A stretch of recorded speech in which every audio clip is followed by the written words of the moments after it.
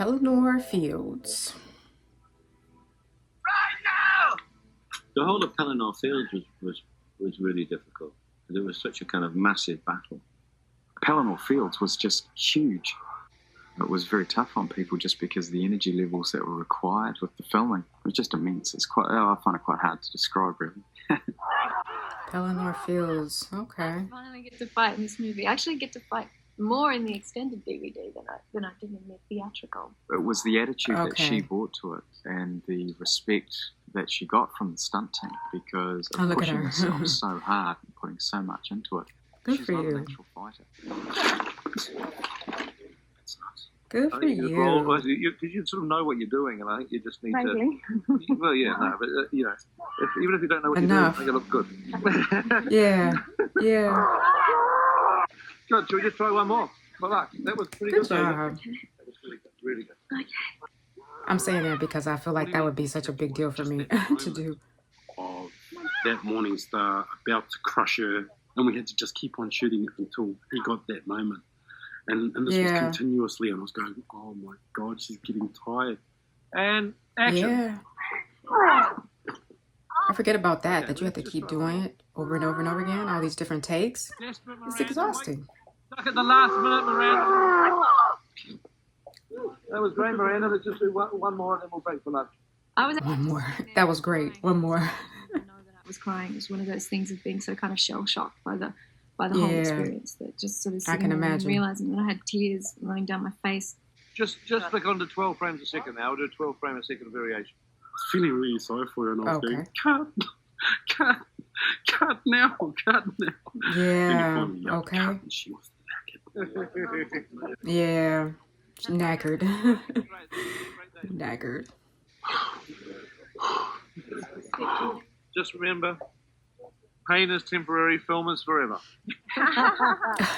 That's a weapon. Okay, Peter. Wow. Good for her. For the Black Gates and Mordor location, we need an area that's a bit like a desert, because New Zealand's a very green country and quite mountainous. To actually find something flat with no vegetation is very difficult. And this area of the desert road is unfortunately the same area as the New Zealand Army do their live firing exercises. Yeah. That's the only place you could find is a firing area. Because this is really the only place in the country that we'd be able to shoot this stuff. Unfortunately, because it's quite soft sand here, there's always going to be a certain amount left behind. First day that we showed up there to shoot, we were taken into this big tent. This officer of the army stood up in front of us as we were all eating our eggs and bacon in the morning or whatever, and just said, this is a bomb, this is a rocket, all these things you might find out here. Don't touch them. So there are mines buried. So dangerous. Don't dig any holes in the ground. Mines. Don't kick anything. Or because the army didn't want to be responsible for blowing us up. And we get out on set, and you're in the middle of That's outrageous. You got mines? And sure enough, there's the fins of a bomb sticking out on the ground. And we were filming one Lord. churning up the earth with all of us running around, jumping up and down. Okay. How could you not be terrified? They'd be coming in and clearing it away. Oh my God. I'd rather you didn't capture that on film. They had some tape. I'd rather you didn't capture that on film. Could you not film that place? No, but there's less bombs where you are than on the other side of that tape. Yeah, no, if you go halfway between I see. Now, you're not going that far, but that's... So they secured an area somewhat. One shot we did where we had Vigo and one or two of the other actors galloping across the desert towards the Black Gate. That is so dangerous. I cannot even take it. Out the zone that they'd cleared. I think that they went a little further than they were supposed to, and I think we were all hoping like hell they weren't going to step on a landmine. Can you stop? Cut. Come back. And I added a little extra tension, added a little more chaos to the already existing chaos of our show. Yeah. It's typical. I don't think y'all needed any more tension. I mean, you could see Pete like giggling and like loving. So unnecessary. We're in this place where it's like a death zone. He said death zone. Yikes. We were also using New Zealand Army for the extras. We had sergeants in amongst the rank. I want you to fill gaps, okay? Oh. Come forward, mate. Fill gap. They became our ADs, essentially. in rubber suits. Okay. If you're going to form a rank all around the top. Okay, what we need to do is this half here, leave the front pretty thin. Everyone else, slowly go back. For the first time in the history of making this film, you go, everybody stand on a straight line, and they did. Action! Right. 1, 2, Okay. 3, 4. And you always got a fright. It was so efficient. And I know that they really got quite physical and seemed to enjoy. That's so exciting to see. In those scenes where the two forces were clashing. Yeah. Wow. One of those guys. Although it's not like the stunt players where they knew that it was make believe. You don't have to swing that hard, okay? Right. Like, we're just playing, okay? We are pretending here. He's gonna catch you. It's all acting, eh? Those guys really took it kind of seriously. And poor Weta had this terrible attrition rate with their weapons because these guys would not do it pretend. They would bash. Yeah, that's what I'm trying to say. They wouldn't act. They're like literally trying to. So they're destroying the weapons. 2 head injuries and 3 ankles.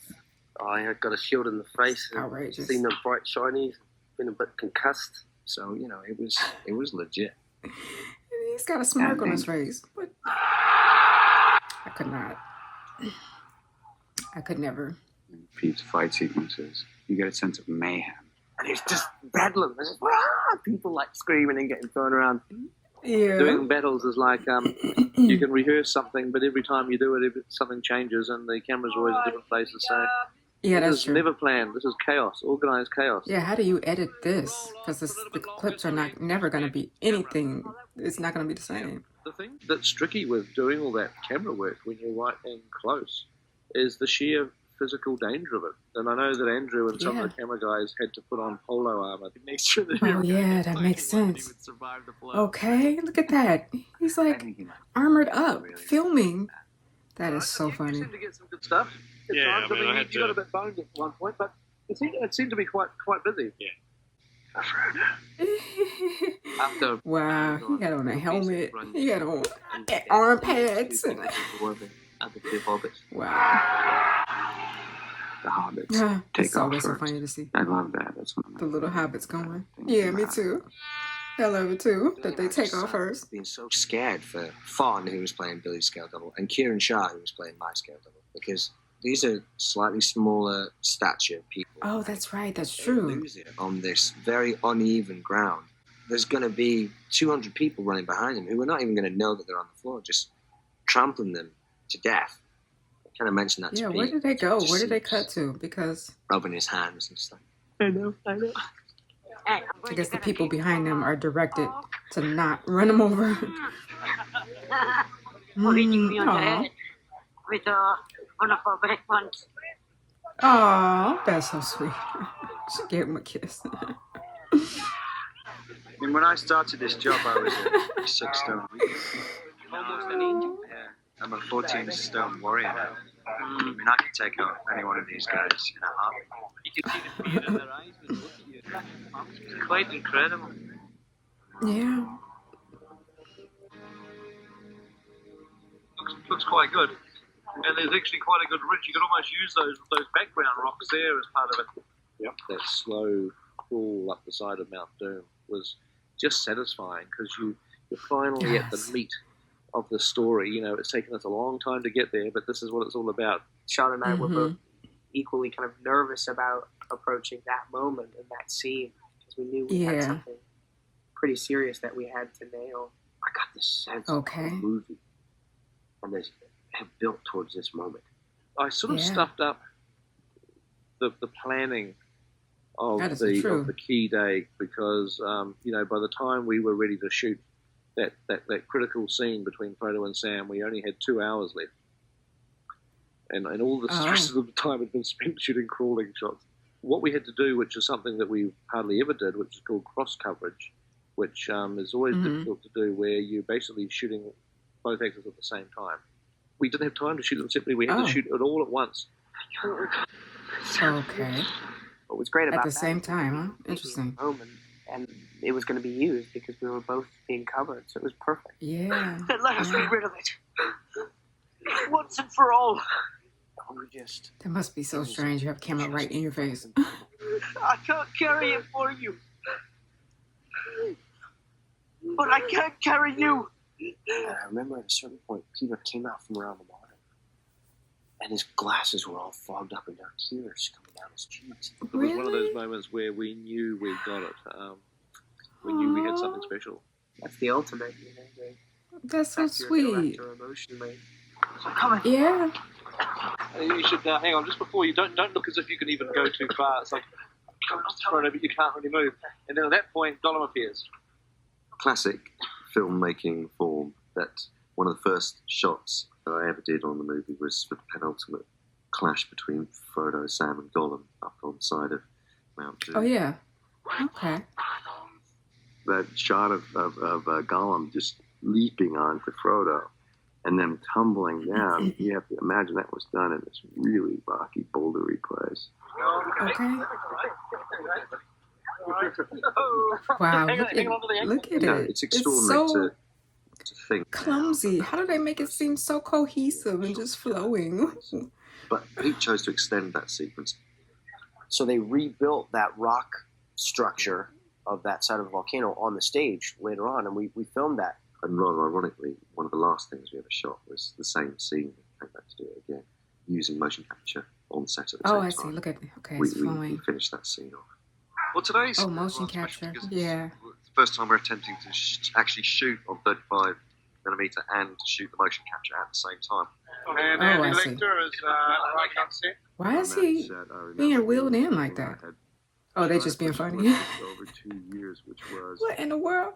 live on set motion capture, because it always occurred to me, particularly as we were getting crushed for time and delivery, Look at that. that to have Peter or Fran have to direct Andy on the set and then spend the day or a week directing him again, doing the same sequence on a motion capture stage, was a total waste of their time and energy. Oh, I see. Particularly at a time when they didn't have time or energy to waste. Right, you don't have time now, so we need to. Guys, which was basically, listen, if you can do it at the same time Do as we're it in the shooting without holding us up one minute, then we'll be happy. The main thing that I'm sort of looking for is how much we're impacting or not impacting the normal shoot, which is one thing we don't want to do. Is we don't want to sit here and stop the shoot for half an hour or even 5 minutes, basically. Right. Okay. Wanted to just keep going because we're at a time crunch, of course. Yeah, that was cool. It's cool. Oh, look at that. So he doesn't have to do mocap on this now, and some of the. This is the first time in the history of cinema this has ever been. I don't know. We'll say yes. We'll say yes. He said, I don't know.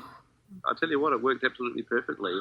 It was the culmination, really, of the technical achievement of Gollum, really, and it happened in the last few weeks of Return of the King. Look at that. I heard that the last few weeks. Wow. I heard that. You know, I'm a married man and I have children, and one of my wife's least favorite things, I don't think it's a secret to say, is that she doesn't like when I'm, as an actor, have kissing scenes in movies. Christine and the girls were busy showing on set quite often. I think that day, it wasn't necessarily that appropriate for them to be on set. Is Christine on the set? Do we Not yet, no, there's no problem. We don't have to throw her off? No problem. There's no problem. And we'll tell her that we got it in one take. Don't worry. We'll just tell the truth. One take. Okay. I was on the set. That's so embarrassing. Happy moment. I didn't know she was an actress. I thought that was. I thought she was his actual wife. Like a smacker towards the end. Okay.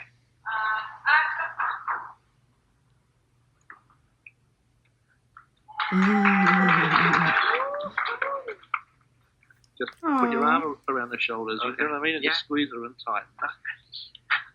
And just enjoy the cheers. I think Pete wants to play Rosie. It was going okay, but it didn't seem like Sean was getting what he wanted. You know, it wasn't. Nobody was totally happy. So I ran over to Billy's trailer and woke him up. So me and Vigo get in behind the camera, so that when they turn round and they're looking, at least they're looking at someone they know, and they can kind of, imagine they're at a wedding, their wedding, and their friends are there. We provided some, off camera. Oh. Helped him. Hey. Yeah. Hey. Can I shoot, please? Let thumbs down. Yeah, I like it.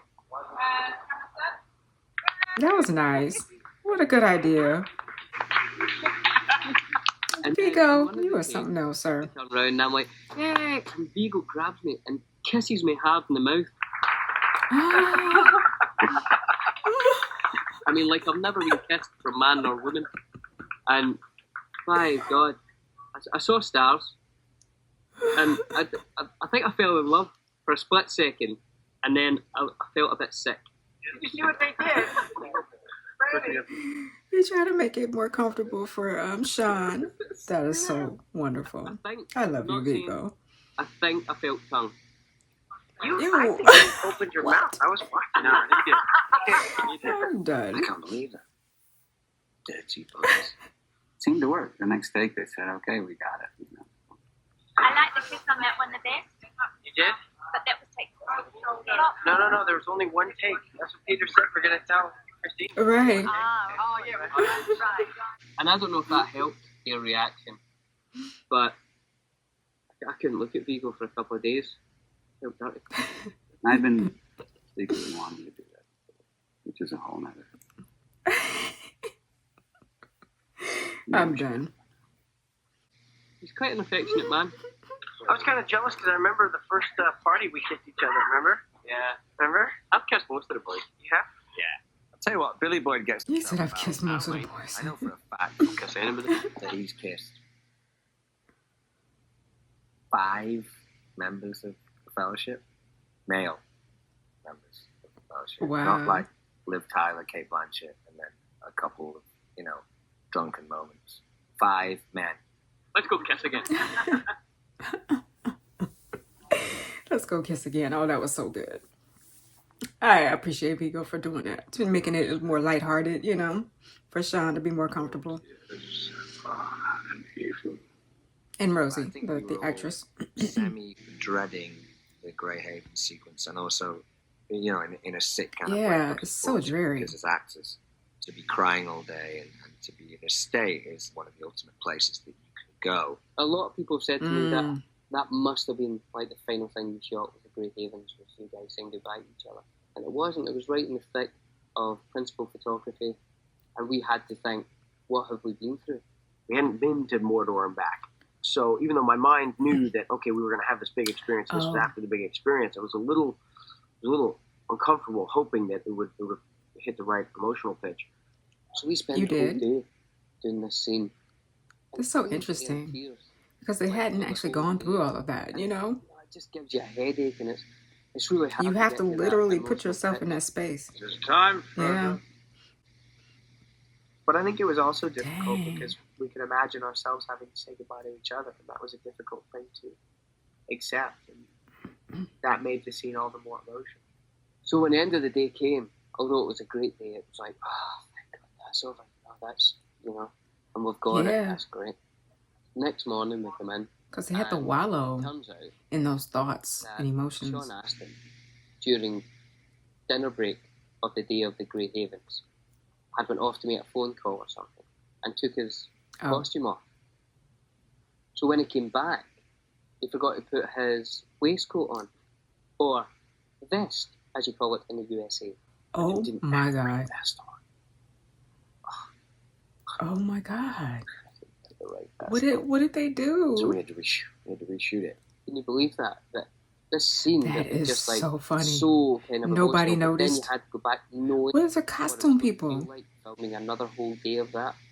So it was like, It was one of those moments where you felt that you God. captured magic and you didn't know whether you could ever do it again. We were just crushed. You had to film a whole day because of that mistake? I remember the 3 other hobbits looked at me like, we will kill you, you jerk. I mean, I felt. But what about the costume person? Shouldn't they have caught it? The witch hunt that went on. He come on set and we were like, that's the way. Are you sure that's the waistcoat? It's not a brown one, it's not a blue one. Thank you. Okay. Oh, that is just heartbreaking. I'm sorry to hear that.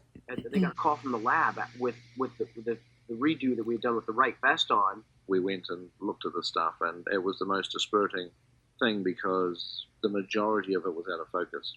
I had the job of having to go to the Hobbits the following morning and say, hey, I saw the footage last night. And of course, they're all going, yeah. And, they're wanting to hear how great it was. Why would it be out of focus?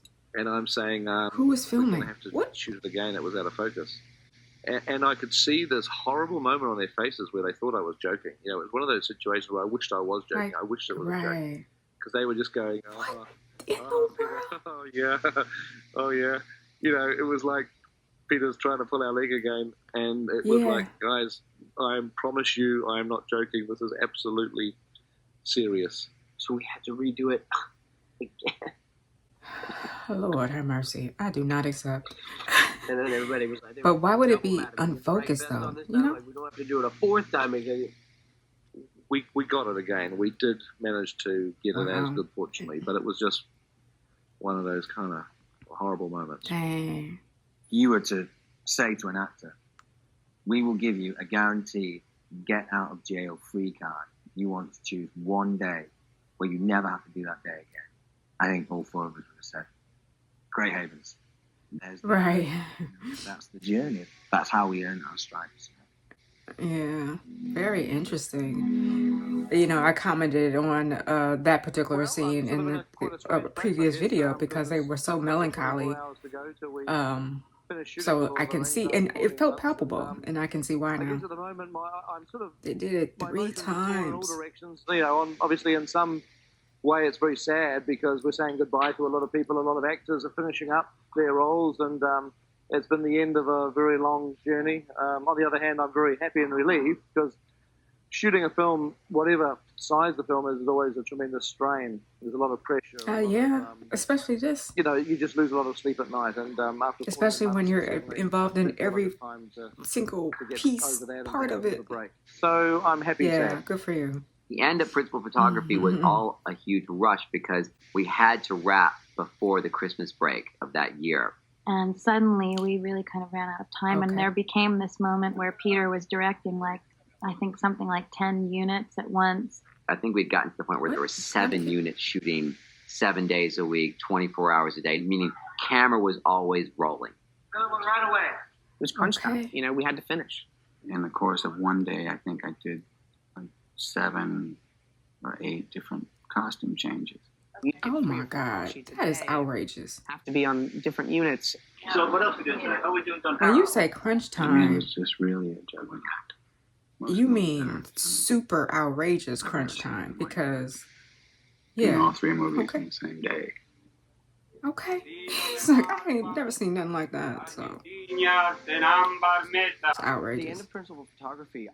Okay, everyone, I'm going to go ahead and stop the editing for this video right here, and we will continue on with Cameras in Middle Earth Part 3 next week, okay? Thank you so much for joining me. This is another fun one, I have to say. Let me just start with giving the actress who plays Eowyn a round of applause. Now, I forgot her name, her actual name, but the Lord of the Rings is mainly manly cast. And so the few women who grace the screen with their presence, they really do show up and show out. And I have to say that I really enjoyed watching her practice. This was such a big moment for her, and I thought she did very well. She's an actress. She's not used to sword fighting and doing the choreography that goes along with that, but I think she pulled it off really well. You know what I'm saying? She was like the example of leaning into the divine feminine throughout the movie, and being able to witness her be a warrior on the field with all of these men and taking down a very formidable force. I just loved it. And I think she did well. And also just watching the behind the scenes of it, the fact that she had to do multiple takes, I forget about that. And then it doesn't appear to have been very long pauses between the different takes that she had to do. So she was exhausted, going through it over and over and over again. And, you know, at one point Peter was like, what did he say? The pain is momentary, but the film is forever. He really does tickle me, I have to say. He's such a perfectionist. He was like, that was great. Now let's do it again. It's just outrageous. But, you know, one thing that also stood out was the fact that they were essentially filming on a minefield. Like explosives. They literally had to sit them down to explain to them what this is a bombshell. I just cannot. I remember at one point where they were like digging around in the dirt and they saw a part of an explosive that was like buried in it. The military guy was like, I'd rather you didn't film that. Right? Because this is a real dangerous undertaking. So I'm wondering if they had to all sign away, you know, sign some forms just in case something happened. I cannot. I mean, you know, we can make light of it because nothing serious happened, but that was really, truly a lot of tension, I'm sure, around the fact that they were filming in this place. You know, watching Vigo and them just kind of trot off into the distance on their horses past the designated area made me nervous, but fortunately everything worked out all right. You know, one of the things that I really enjoy about the behind the scenes is that I really get to feel the camaraderie between the actors that make up our fellowship.